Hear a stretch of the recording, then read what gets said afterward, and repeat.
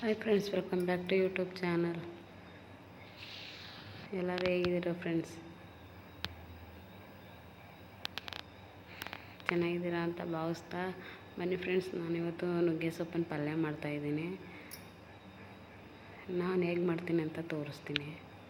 First ಎಣ್ಣೆ ಹಾಕ್ಕೊಂಡು ಅದಕ್ಕೆ ಒಣಮೆಣ್ಸಿಕಾಯಿ, ಈರುಳ್ಳಿ ಹಾಕ್ಕೊಂಡು ಫ್ರೈ ಮಾಡ್ಕೋಬೇಕು. ಫ್ರೈ ಮಾಡ್ಕೊಂಡಾದಮೇಲೆ ಅದಕ್ಕೆ ಸ್ವಲ್ಪ ಕಾಯಿ ತುರಿ ಹಾಕ್ಬಿಟ್ಟು ಅದಕ್ಕೆ ರುಚಿಗೆ ತಕ್ಕಷ್ಟು ಉಪ್ಪು ಹಾಕಬೇಕು.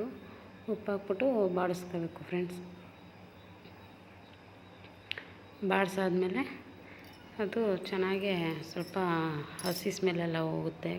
ತೆಂಗಿನಕಾಯಿದು ಹಸಿ ಸ್ಮೆಲ್ ಹೋದ್ಮೇಲೆ ಬೇಯಿಸಿಟ್ಕೊಂಡಿರ್ತೀವಲ್ಲ ನುಗ್ಗೆ ಸೊಪ್ಪು ಮತ್ತು ಅಲಸಂದೆ ಕಾಳು, ಟೊಮೊಟೊ.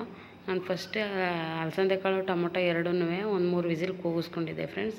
ಬೇಯಿಸಾದ್ಮೇಲೆ ಮತ್ತೆ ನುಗ್ಗೆ ಸೊಪ್ಪು ಹಾಕ್ಬಿಟ್ಟು ಬೇಯಿಸ್ಬಿಟ್ಟು ಅದನ್ನು ಬಸ್ದು ಸಪ್ರೇಟ್ ಮಾಡಿಟ್ಟಿದ್ದೆ.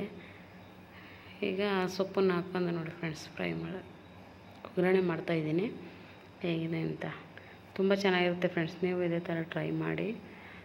ಬೇರೆಯವರೆಲ್ಲ ಬೇರೆ ಬೇರೆ ಥರ ಮಾಡ್ತಾರೆ, ಬಟ್ ನಾನು ಮಾಡೋದು ಒಂದು ಸತಿ ಶೇರ್ ಮಾಡ್ಕೊಳ್ಳೋಣ ಅಂತ ಮಾಡಿದ್ದೀನಿ.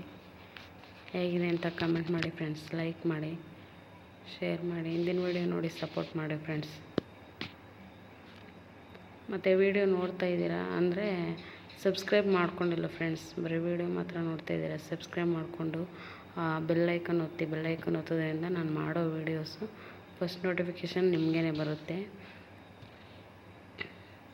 ಸಬ್ಸ್ಕ್ರೈಬ್ ಮಾಡ್ಕೊಂಡು ನೋಡಿ ಫ್ರೆಂಡ್ಸ್.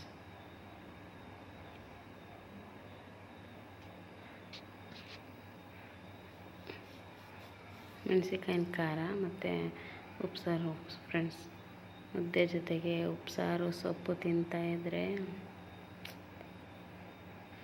ಚಿಕನ್ ಮಟನ್ ಊಟನೂ ಬೇಡ ಫ್ರೆಂಡ್ಸ್, ಅಷ್ಟು ಚೆನ್ನಾಗಿರುತ್ತೆ. ಯಾರಿಗೆಲ್ಲ ಉಪ್ಸಾರು ಮುದ್ದೆ ತುಂಬ ಇಷ್ಟ ಕಮೆಂಟ್ ಮಾಡಿ ಫ್ರೆಂಡ್ಸ್.